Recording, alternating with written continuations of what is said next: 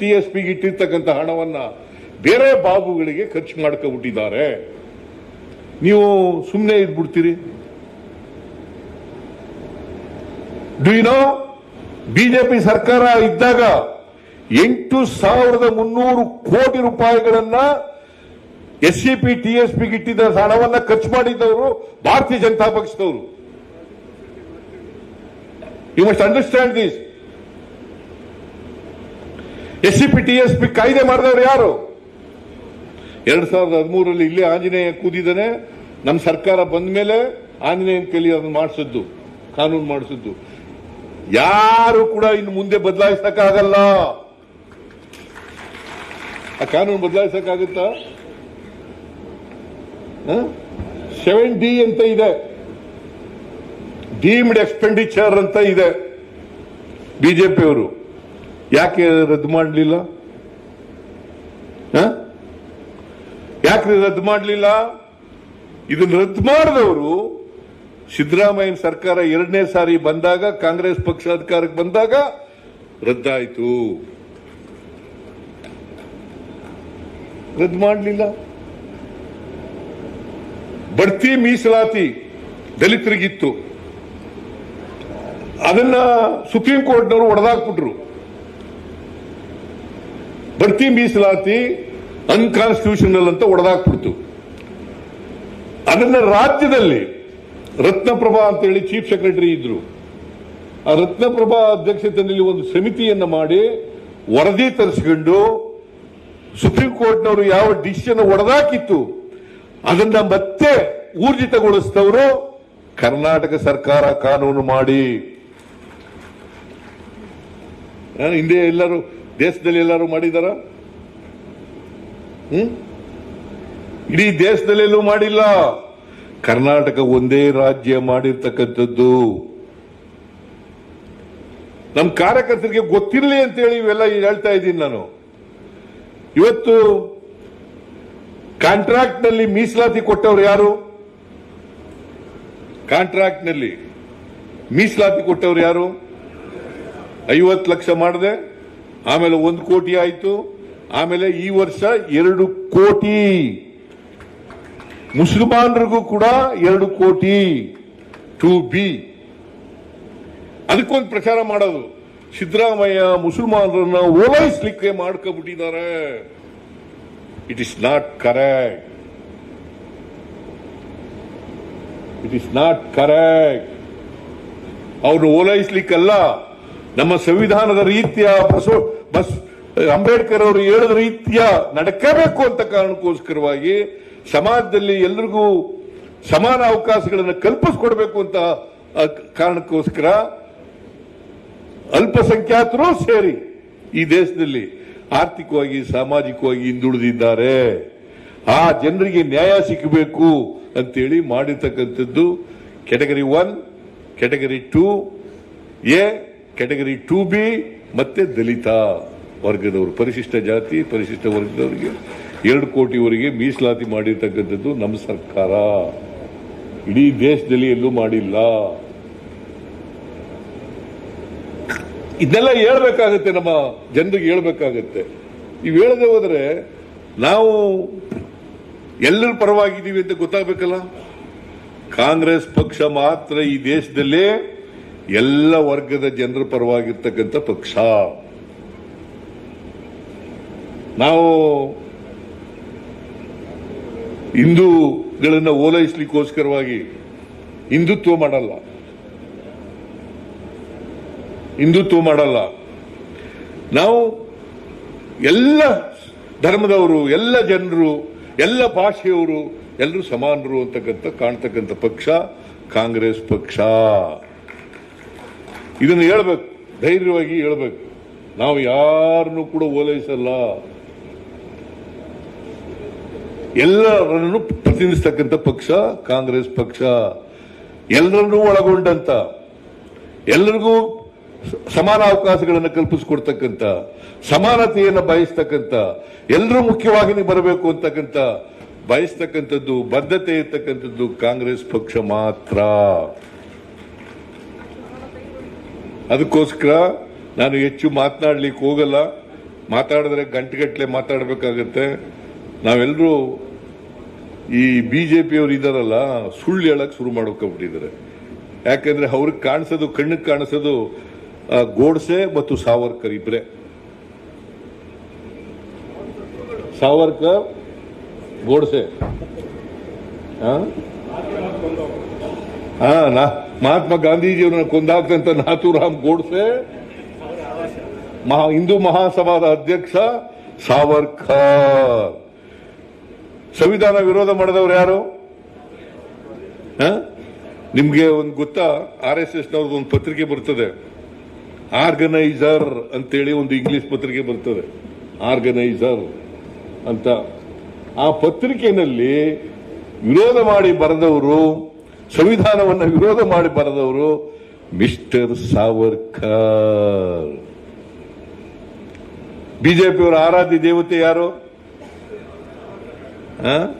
ಸಾವರ್ಕರ್ ಮತ್ತು ಗೋಡ್ಸೆ. ಅವರು ಈಗ ಸಂವಿಧಾನದ ಬಗ್ಗೆ ಮಾತಾಡೋದು, ಅಂಬೇಡ್ಕರ್ ಬಗ್ಗೆ ಮಾತಾಡೋದು,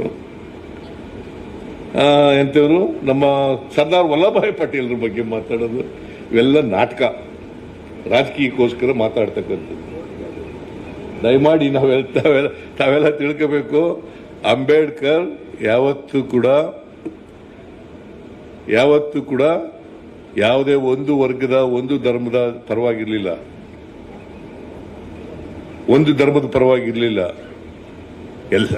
ಎಲ್ಲ ಜನರು ಯಾರ್ಯಾರು ಅಸ್ಪೃಶ್ಯತೆಯನ್ನು ನಡ್ತಾರೆ, ಯಾರು ಅವಕಾಶಗಳಿಂದ ವಂಚಿತ, ಯಾರ್ಯಾರು ದೌರ್ಜನ್ಯಕ್ಕೊಳಗಾಗಿದ್ದಾರೆ, ಯಾರ್ಯಾರು ಶೋಷಣೆಗೊಳಗಾಗಿದ್ದಾರೆ, ಎಲ್ಲರ ಪರವಾಗಿ ಧ್ವನಿಯಾಗಿದ್ರು. ನಾವು ಅಂಬೇಡ್ಕರ್ ಅವರಿಗೆ ಗೌರವ ಸಲ್ಲಿಸೋದೇನಪ್ಪ ಅಂತಂದ್ರೆ, ಅವರು ನಡೆದಂತ ದಾರಿನಲ್ಲಿ 3 ಮಂತ್ರಗಳು ಬಿಟ್ಟೋಗಿದ್ದಾರೆ ನಮಗೆ. ಒಂದು, ಎಜುಕೇಶನ್, ಎಲ್ಲರೂ ಶಿಕ್ಷಿತರಾಗಿ. ಎರಡನೇದು, ಸಂಘಟಿತರಾಗಿ, ಆರ್ಗನೈಸ್. ಮೂರನೇದು, ಹೋರಾಟ. ಈ 3 ಮಂತ್ರ ಅವರು ಬಿಟ್ಟೋಗಿರೋದು. ಅವ್ರು ಇನ್ನೊಂದು ಏನು ಹೇಳಿದ್ದಾರೆ ಅಂತಂದ್ರೆ, ನೋಡಪ್ಪ, ನಾನು ಸಾಮಾಜಿಕ ನ್ಯಾಯದ ರಥ ಇಲ್ಲಿವರೆಗೆ ಎಳ್ಕೊ ಬಂದಿದ್ದೀನಿ, ದಯಮಾಡಿ ಅದನ್ನ ಹಿಂದಕ್ಕೆ ತಿಳಕ್ ಹೋಗ್ಬಿಡಿ, ನಿಮ್ ಕೈಲಾದ್ರೆ ಮುಂದಕ್ಕೆ ಎಳೀರಿ, ಆಗ್ಲಿಲ್ಲ ಬಿಟ್ಬಿಡಿ, ಅಲ್ಲೇ ಇರ್ಲಿ.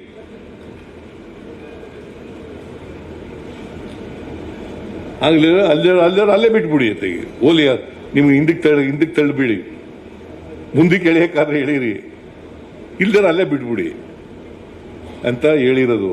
ಅದನ್ನು ಜ್ಞಾಪಕ ಇಟ್ಕೊಂಡು ನಾವೆಲ್ಲ ಆ ರೀತಿಯಲ್ಲಿ ನಡೀತಕ್ಕಂಥ ಪ್ರಯತ್ನವನ್ನು ಮಾಡೋಣ.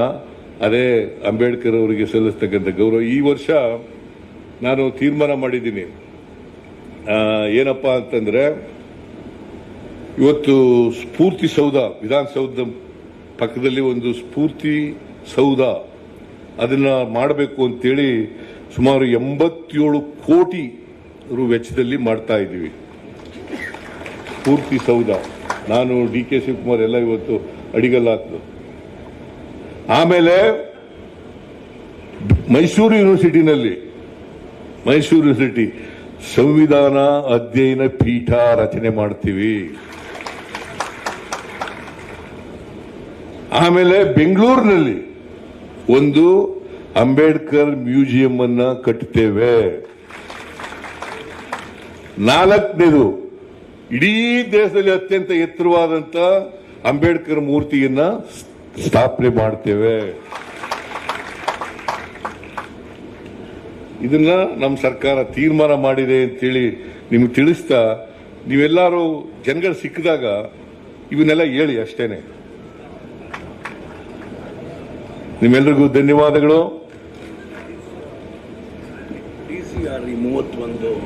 ಆಮೇಲೆ ಈಗೇನಾಗಿತ್ತು, ಈ ದಲಿತರಿಗೆ ಒಂದು DCRE ಮಾಡಿದ್ದೀವಿ, DCRE ರಚನೆ ಮಾಡಿದ್ದೀವಿ.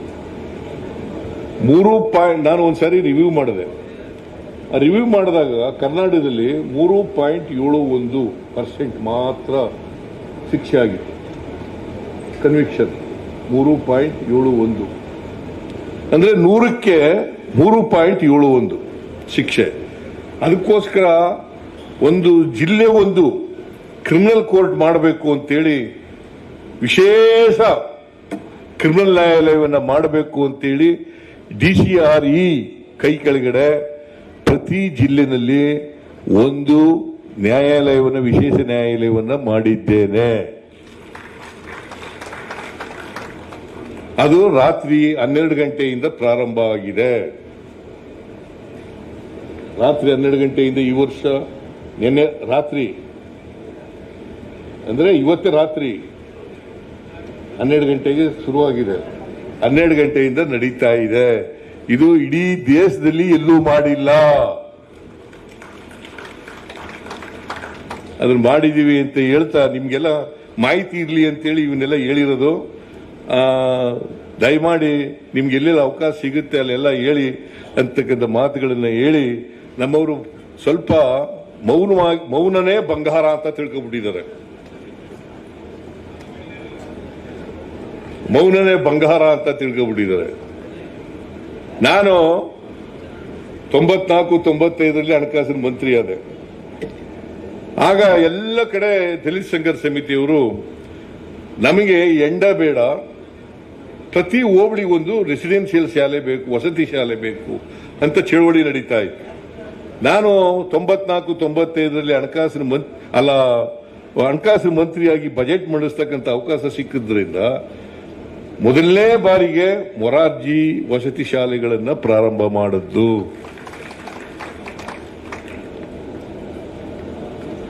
ಈಗ ಮುಂದಿನ ವರ್ಷಕ್ಕೆ ಅಂದ್ರೆ ಈ ಆರ್ಥಿಕ ವರ್ಷ ಅಲ್ಲ, ಮುಂದಿನ ವರ್ಷಕ್ಕೆ ಇಡೀ ಕರ್ನಾಟಕದಲ್ಲಿ ಹೋಬಳಿಗೊಂದು ರೆಸಿಡೆನ್ಷಿಯಲ್ ಶಾಲೆ ಆಗ್ತದೆ. ಸುಮಾರು 2 ಲಕ್ಷ 125 ಅಂಬೇಡ್ಕರ್ ಹೆಸರಿನಲ್ಲಿದೆ ಈಗ ರೆಸಿಡೆನ್ಷಿಯಲ್. ಅದು ಯಾವ್ದಾರ ಇರ್ಲಪ್ಪ, ಹೆಸರಿನಲ್ಲಾರ ಇರ್ಲಿ.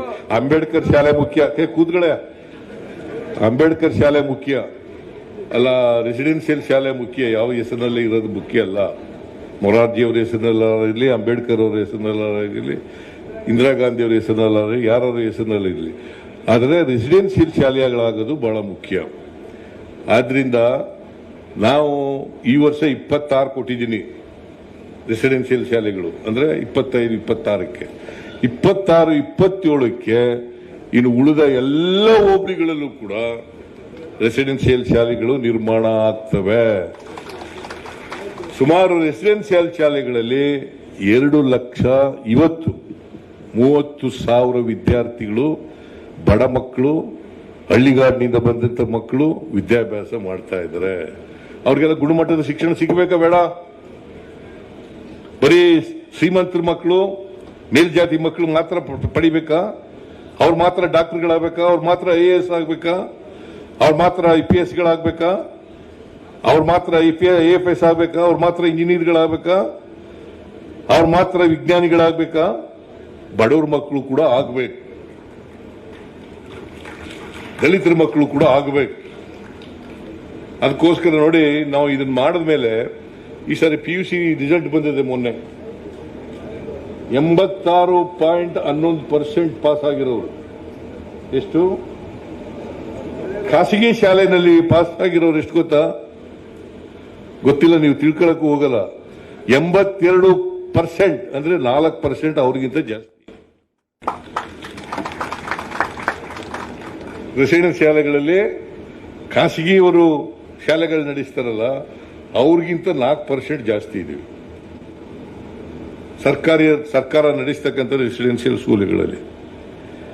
ಇದನ್ನ ನೀವು ಎಲ್ಲ ಕಡೆ ಹೇಳಿ ಅಂತಕ್ಕಂಥ ಮನವಿಯನ್ನು ಮಾಡಿ ಇವತ್ತು ಬಹಳ ಸಂತೋಷದಿಂದ ಬಾಬಾ ಸಾಹೇಬ್ ಅಂಬೇಡ್ಕರ್ ಅವರನ್ನ ನೆನ್ಕೊಂಡು ಸ್ಮರಿಸ್ಕೊಂಡು ನನ್ನ ಮಾತುಗಳನ್ನು ಮುಗಿಸ್ತೇನೆ. ಜೈ ಬಾಪು, ಜೈ ಭೀಮ್, ಜೈ ಸಂವಿಧಾನ. ಸರ್, ಧನ್ಯವಾದ ಮುಖ್ಯಮಂತ್ರಿಗಳಿಗೆ. ಸರ್, ನಮ್ದೊಂದು ಮನವಿ ಇದೆ ಸರ್. SC ಡಿಪಾರ್ಟ್ಮೆಂಟ್ ಅಲ್ಲಿ ಕಳೆದ 10 ವರ್ಷದಿಂದ 15 ವರ್ಷ ಕಾರ್ಯಕರ್ತರು ದುಡಿದಿದ್ದಾರೆ ಸರ್. ದಯಮಾಡಿ ಸರ್ಕಾರದಲ್ಲಿ ನಮ್ಮ SC ಡಿಪಾರ್ಟ್ಮೆಂಟ್ ದುಡ್ದಿರ್ತಕ್ಕಂಥ ಕಾರ್ಯಕರ್ತರಿಗೆ ಒಂದು ಅವಕಾಶ ಮಾಡ್ಬೇಕಂತ ಕೇಳ್ಕೊಳ್ತೀನಿ ಸರ್. ಈಗ ವೋಟ್ ಆಫ್ ಥ್ಯಾಂಕ್ಸ್ ಅನ್ನ ಉಪಾಧ್ಯಕ್ಷರಾದಂತ ಶ್ರೀಧರ್ ಅವರು ಮಾಡ್ತಾರೆ. 134ನೇ ಜನ್ಮದಿನದಂದು ಬಂದಂತ ಎಲ್ಲ ನನ್ನ ರಾಜ್ಯದ ಮುಖಂಡರಿಗೆ, ಹಾಗೂ ಕಾರ್ಯಕರ್ತರಿಗೆ ವಂದಿಸ್ತಾ ಈ ಕಾರ್ಯಕ್ರಮವನ್ನು ಮುಗಿಸ್ತಿದ್ದೀವಿ. ದಯಮಾಡಿ ಊಟದ ವ್ಯವಸ್ಥೆ ಇದೆ, ಎಲ್ಲ ಊಟ ಮಾಡಿ ಹೋಗ್ಬೇಕು ಅಂತ ಕೋರ್ಕೊತೀನಿ. ಕೆಳಗೆ ಗ್ರೌಂಡ್ ಫ್ಲೋರ್ ಬೇಸ್ಮೆಂಟ್.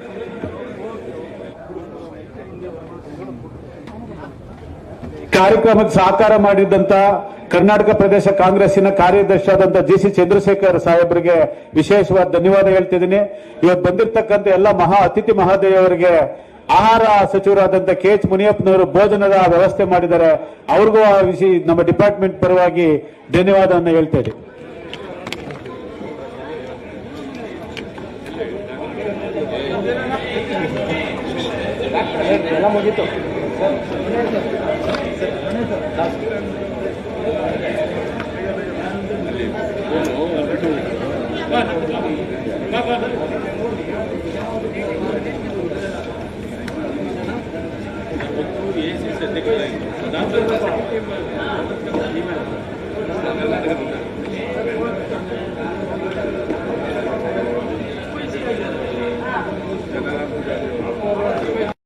ಹೆಚ್ಚಿನ ವಿಡಿಯೋಗಳಿಗೆ ಪ್ರತಿಧ್ವನಿ ಯೂಟ್ಯೂಬ್ ಚಾನೆಲ್ ಸಬ್ಸ್ಕ್ರೈಬ್ ಮಾಡಿ, ಬೆಲ್ ಐಕಾನ್ ಕ್ಲಿಕ್ ಮಾಡಿ.